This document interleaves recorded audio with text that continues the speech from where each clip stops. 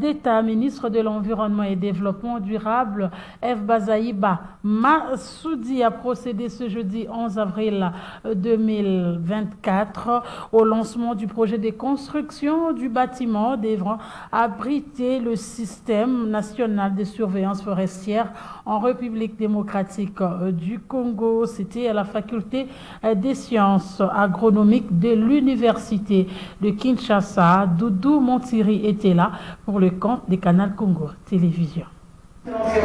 Dans le cadre de l'amélioration de la gouvernance forestière en République démocratique du Congo, conformément aux engagements pris par le gouvernement lors de la 15e conférence des parties à la Convention cadre des Nations Unies sur les changements climatiques COP15 à Bali et à la vision du chef de l'État que se matérialise la construction du bâtiment devant abriter le système national de surveillance forestière en RDC, dont la cérémonie du lancement du projet a eu lieu ce jeudi 10 avril. Pour F. Bazaïba, ministre d'État et ministre de l'Environnement et Développement durable, le lancement de ces projets tombe à point nommé, d'autant plus que la RDC est un pays solution grâce à ses multiples ressources naturelles, notamment les forêts, dont les données stratégiques doivent être maîtrisées.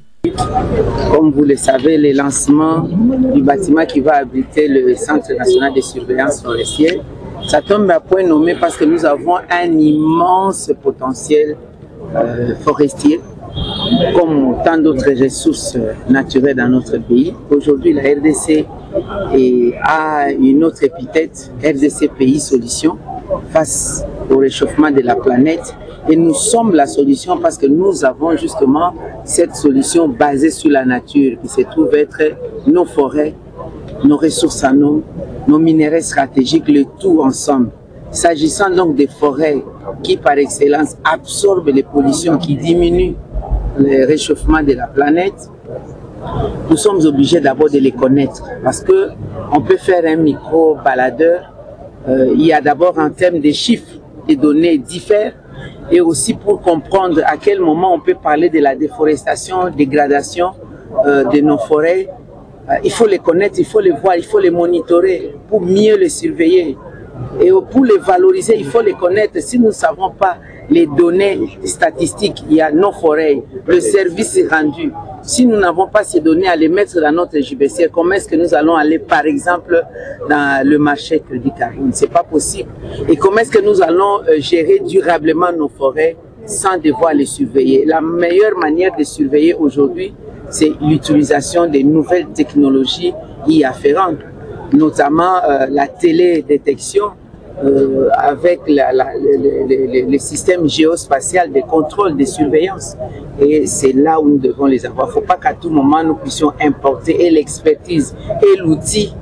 Et si nous exportons ainsi, les données sont logées ailleurs.